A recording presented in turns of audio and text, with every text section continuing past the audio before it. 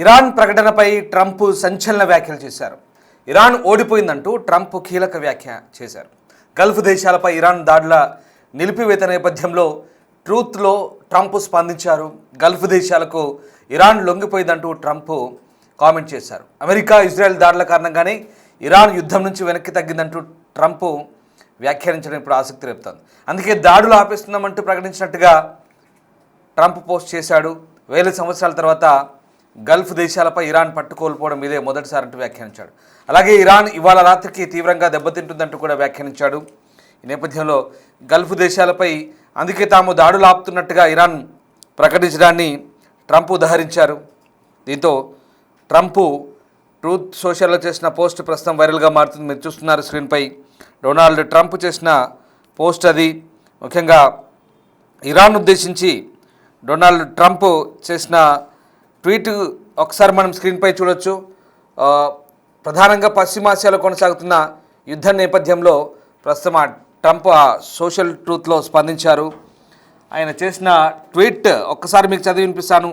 Iran which is being beat to hell has apologised and surrendered to its Middle East neighbours and promised that it will not shoot at them anymore. This promise was only made because of the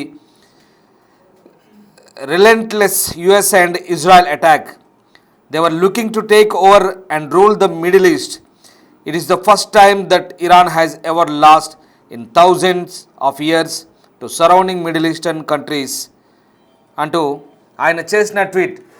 ఇటీవలి కాలంలో Iran ఎప్పుడూ ఓడిపోలేదు, ఇప్పుడు ఓడిపోయింది. తన మిత్ర దేశాలను అంటే తన చుట్టుపక్కల దేశాలపై తాను చేసిన దాడులకు క్షమాపణలు కోరుతూ ఇరాన్ ఇక దాడులు ఆపేస్తున్నామంటూ ఓడిపోయిందని ఒప్పుకుంటున్నట్టుగా ఇరాన్ చేసిన ప్రకటన గురించి డొనాల్డ్ ట్రంప్ చేసిన ఒక వ్యంగ్యాస్త్రం అనుకోవాలి. ఇది వ్యంగ్యంగా ఆయన చేసిన ట్వీట్ ప్రస్తుతం మనకు సంచలనంగా కనిపిస్తోంది. గల్ఫ్ దేశాలకు ఇరాన్ లొంగిపోయిందంటూ ఇక దాడులు మరింత భారీగా ఉంటాయంటూ ఈ రాత్రికి ఇరాన్ కనీ విని ఎరగని రీతిలో దాడులను ఎదుర్కోబోతుందంటూ డొనాల్డ్ ట్రంప్ చేసిన ట్వీట్ మనం చూస్తూ ఉన్నాం. పొరుగు దేశాలపై దాడులకు క్షమాపణ చెప్పిన ఇరాన్ దేశంపై స్పందించారు ట్రంప్. పొరుగు దేశాలకు క్షమాపణ చెప్పడం అంటేనే ఇరాన్ లొంగిపోయినట్లేనంటూ ఆయన వ్యాఖ్యానించారు. అలా అని ఇరాన్ దేశంపై దాడులు ఆగవంటూ మరిన్ని కఠినమైన దాడులు ఎదుర్కోక తప్పదంటూ వార్నింగ్ ఇచ్చారు. ఈ రాత్రికి దాడుల తీవ్రత పెరుగుతుందంటూ కూడా హెచ్చరించారు ట్రంప్. అంతకుముందు US finance minister Scott Bessent కూడా ఇదే హెచ్చరిక చేశారు. ఇవాళ రాత్రి కనీ విని ఎరగని రీతిలో ఇరాన్ దాడులను ఎదుర్కోబోతుందంటూ ఆయన చేసిన వ్యాఖ్యలు. ఈ వ్యాఖ్యల నేపథ్యంలో ఇప్పటికే ఇరాన్పై భీకర దాడులు ప్రారంభమైనట్టుగా వార్తలు అందుతున్నాయి. దీంతో ప్రస్తుతం ట్రంప్ కూడా మళ్ళీ అదే హెచ్చరిక చేశారు. అమెరికా ఇజ్రాయెల్ నిరంతర దాడులతో ఇరాన్ వెనక్కి తగ్గిందంటూ ట్రంప్ వ్యాఖ్యానిస్తున్నారు. ఇరాన్ పొరుగు దేశాలైన గల్ఫ్ దేశాలకు క్షమాపణ చెప్పి లొంగిపోయిందన్నారు. అయితే ఏమాత్రం దాడులు తాము ఆపమంటూ చెప్తున్నారు.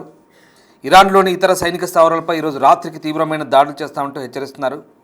తన సోషల్ మీడియా ప్లాట్ఫామ్ ట్రూత్ సోషల్లో ఆయన పోస్ట్ చేశారు. ఆ పోస్ట్ చూడొచ్చు. యుద్ధం కారణంగా ఇరాన్ ఇరుగు పొరుగు దేశాల్లో నెలకొన్న భయానక పరిస్థితులపై అధ్యక్షుడు మసూద్ పెజెస్కియాన్ స్పందించారు. ఇరాన్ ఇరుపొరుగున్న గల్ఫ్ దేశాలకు శనివారం ఆయన క్షమాపణ చెప్పారంటే ఇవాళ ఆయన క్షమాపణ చెప్పారు. తమపై దాడులు చేస్తే తప్ప ఇరుగు పొరుగు దేశాలపై ఇరాన్ ఇకపై దాడులు చేయదన్నారు. ఆ దేశాలపై దాడి చేసే ఉద్దేశం తమకు లేదంటూ స్పష్టం చేశారు పెజెస్కియాన్. మరోవైపు అమెరికా ఇజ్రాయెల్ ఒత్తిళ్లకు టెహ్రాన్ లొంగదని యుద్ధంపై ఇరాన్ వైఖరిని మరోసారి కుండబద్దలు కొట్టారు. ఇరాన్ తన పొరుగు దేశాల సార్వభౌమత్వాన్ని గౌరవిస్తుందని, ఉద్రిక్తతలు ఉన్నప్పటికీ మిడిల్ ఈస్ట్లో మళ్ళీ ప్రశాంత వాతావరణానికి ఇరాన్ ప్రయత్నిస్తుందంటూ చెప్పుకొచ్చారు.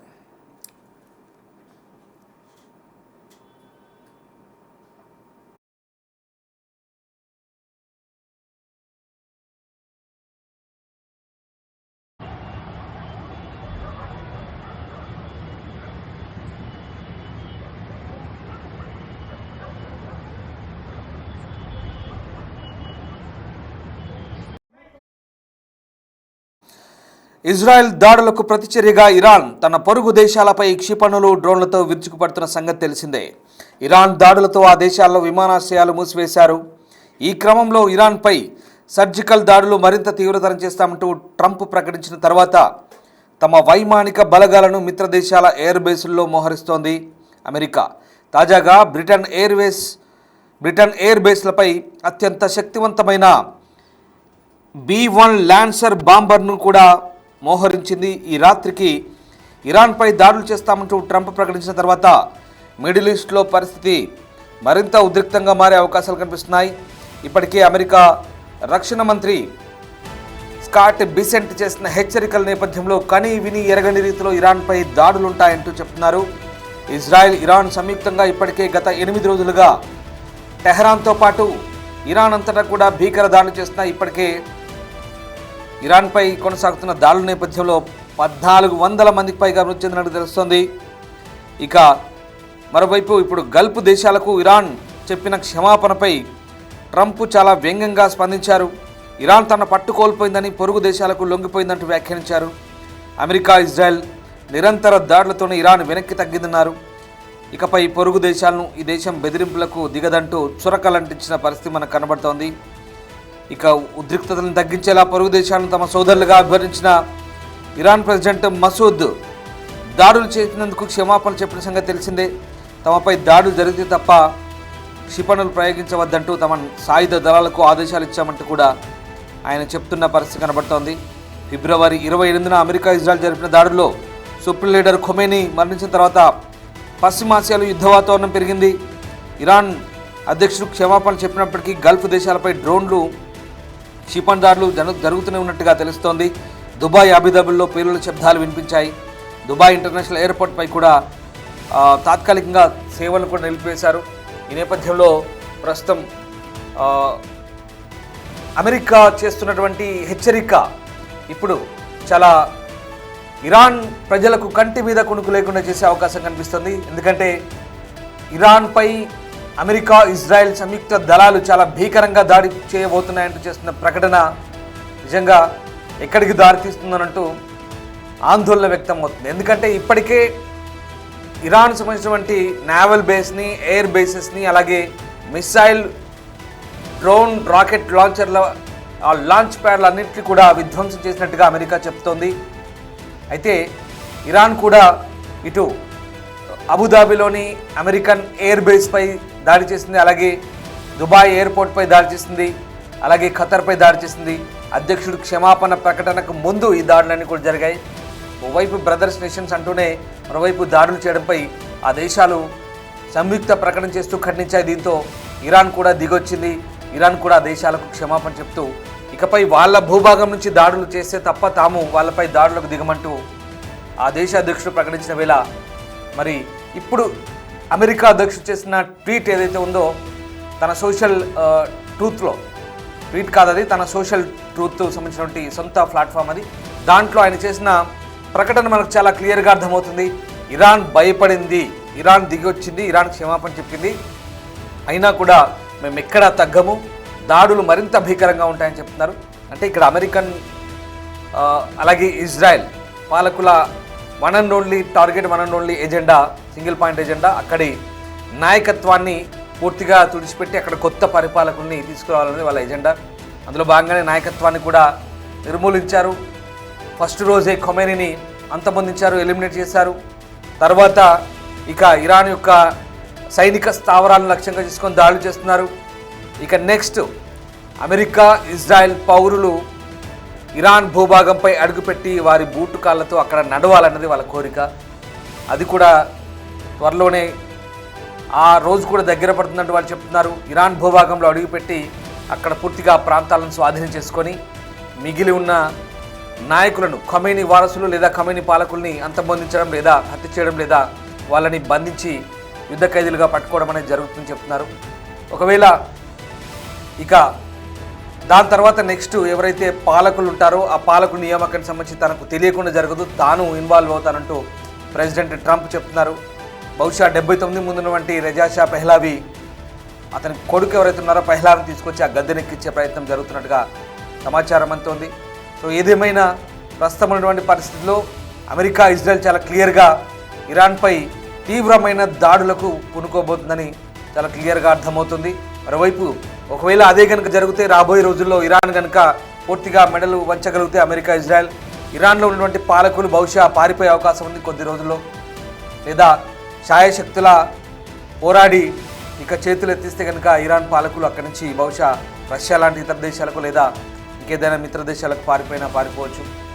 కానీ ఎక్కడ ఎవరికి వాళ్ళకు సేఫ్టీ లేదనే విషయం అర్థమైంది. గల్ఫ్ దేశాల్లో చుట్టుపక్కల ప్రాంతాల్లో మొత్తం రక్షణకరమైన పరిస్థితి కనబడుతుంది. యుద్ధ ఖైదీలుగానైనా పట్టుబడతారు, లేదంటే ఇక చావో రేవో తెలుసుకునే పరిస్థితి ఇరాన్కు ఉండొచ్చంటూ ఇదంతా కూడా అమెరికా వైపు నుంచి వస్తున్నటువంటి వాదన. సో ఏం జరగబోతుంది, ఇంకా యుద్ధం ఎన్ని రోజులు జరగబోతుంది అనేది వేచి చూడాల్సింది. ఎందుకంటే ఇరాన్ దగ్గర భయంకరమైన ఆయుధ నిల్వలు ఉన్నాయి, బాగా ఆయుధ సంపత్తి ఉంది, కానీ ఇంకా పోరాడుతున్నారు, అటాక్స్ చేస్తున్నారు. మరి ఈ యుద్ధం అనేది ఇంకా నెలల పాటు కొనసాగుతుందంటూ అమెరికా చెప్తున్న వేళ ఎలాంటి పరిస్థితులు ఉండబోతాయని మాత్రం ఇంకా ఆందోళనకరంగా కనిపిస్తుంది. మొత్తం మీద పశ్చిమాసియా మాత్రం బగ్గుమంటుంది. దుబాయ్, ఖతర్, బహ్రెయిన్, కువైట్, అలాగే ఇతర గల్ఫ్ కంట్రీస్ అన్నీ కూడా ఇంకా కోలుకోవట్లేదు. పైగా తాజా దాడులతో ఎప్పటికప్పుడు ఆ దేశ ప్రజలంతా అప్రమత్తం అవుతున్నారు. బట్ ఇప్పుడు ఇవాళ ఇరాన్ క్షమాపణ చెప్పింది కాబట్టి ఇక దాడులు ఉండబోవనే సంకేతాలు కూడా ఇచ్చింది కాబట్టి బహుశా ఆ దేశాలు కోలుకునే అవకాశం కనిపిస్తోంది. బట్ ఇక్కడ హర్ముజ్ జలసంధి అనేది ఒకటి దాన్ని క్యాప్చర్ చేసి పెట్టారు, మూసివేశారు ఇరాన్ వాళ్ళు. ఒకవేళ ఆ జలసంధిని అవి కూడా వాహక నౌకలను వదులుతాం పశ్చిమ దేశాలు తప్ప మిగతా ఆసియా దేశాలకు ఆ నౌకలను కూడా వదులుతామంటూ ఇరాన్ చెప్తోంది. సో అన్నీ జరిగితే కనుక ఇవన్నీ అనుకున్నట్టు జరిగితే బహుశా అతి తొందరలోనే చమురు సమస్యలు కూడా తీరిపోయే అవకాశం కనిపిస్తుంది. ఇప్పటికే భారత్లో వంట గ్యాస్ ధరలు కూడా పెరిగాయి. మరోవైపు ఎల్ఎన్జీ ఇంకా లిక్విడ్ న్యాచురల్ గ్యాస్ కొరత ఏర్పడింది. సో ఈ ప్రభావం అంతర్జాతీయంగా అన్ని దేశాలపై పడుతుంది, ఆర్థిక వ్యవస్థలపై పడుతుంది. దీంతో పశ్చిమాసియా యుద్ధం త్వరగా ముగియాలని ప్రపంచమంతా కూడా కోరుకుంటుంది. Thank you.